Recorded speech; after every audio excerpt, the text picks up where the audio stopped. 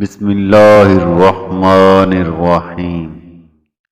شروع اللہ کے نام سے جو بڑا مہربان اور نہایت رحم کرنے والا ہے۔ دنیا والوں پر اپنا دکھ ظاہر مت کرو، کیونکہ وہ وہاں چوٹ ضرور مارتے ہیں جہاں پہلے سے ہی زخم ہو۔ دکھ کی سختیاں چہرے سے تو دور ہو جاتی ہیں، لیکن انسان کے اندر داخل ہو کر اس کے گوشے گوشے کو ویران کر دیتی ہیں۔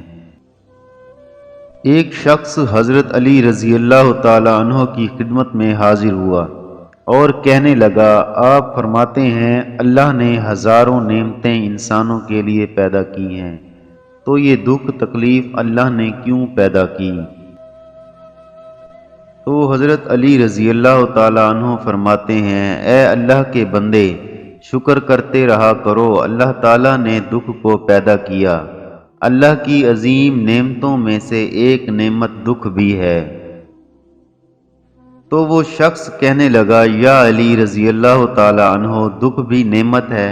تو آپ رضی اللہ تعالی عنہ نے فرمایا، اے شخص، دکھ انسان کو مضبوط بناتا ہے اور خوشی انسان کو کمزور بنا دیتی ہے۔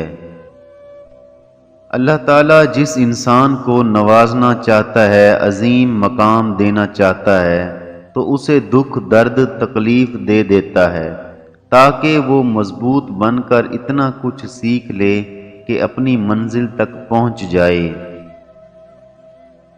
یاد رکھنا، انسان کا دکھ انسان کو سکھانے کے لیے آتا ہے، لیکن افسوس کی بات تو یہ ہے کہ انسان دکھ کی وجہ سے روتا رہتا ہے۔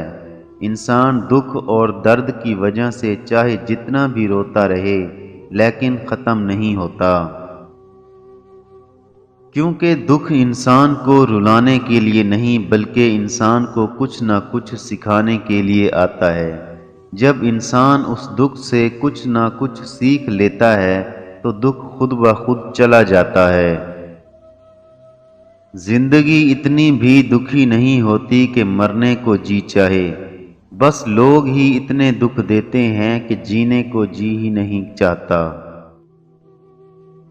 لوگ ہمارے اندر ہمارا دکھ تلاش نہیں کرتے، انہیں اس تماشے کی کھوج ہوتی ہے جو ہمارے ساتھ ہوا۔